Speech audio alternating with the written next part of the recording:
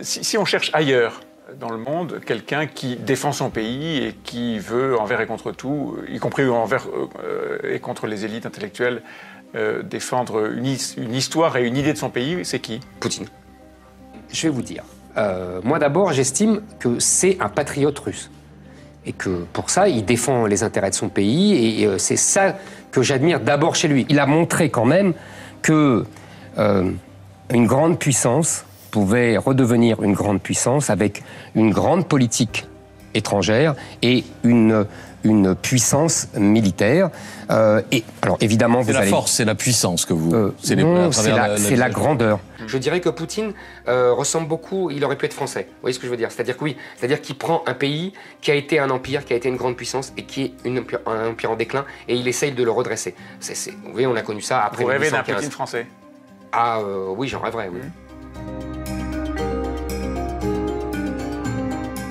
Vladimir Poutine, il essaye, comme tous les Russes depuis 1000 ans, d'avoir un glacis protecteur.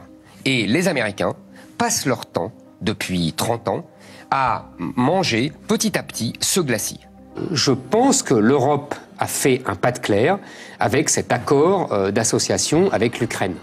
Je suis désolé, il ne faut pas oublier que l'Ukraine et la Russie, depuis des siècles, sont ensemble, que la Russie estime que l'Ukraine lui appartient, que la Crimée est russe depuis le XVIIIe siècle. Depuis des semaines, on a un bombardement médiatique, idéologique, politique en Occident sur le thème fais attention, Poutine ne divise pas l'Ukraine, ne casse pas l'Ukraine, respecte l'unité de l'Ukraine. Mais qui a attaqué l'unité de l'Ukraine si ce n'est l'Europe? Ce que je veux dire, c'est que les Américains n'ont rien à faire en Géorgie et en Ukraine, que les revendications et les demandes de Vladimir Poutine sont tout à fait légitimes et que ça serait normalement du rôle de la France de le dire. Et de dire à Vladimir Poutine: oui, vous avez raison. En l'occurrence, vos demandes sont légitimes. Il faut au minimum neutraliser l'Ukraine. Il faut finlandiser l'Ukraine, comme on disait au temps de la guerre froide. L'Ukraine n'a pas vocation à rentrer dans l'OTAN. Sur l'Ukraine, le problème de l'Ukraine n'est pas, si vous voulez, que la Russie menace d'une invasion. Je n'y crois pas.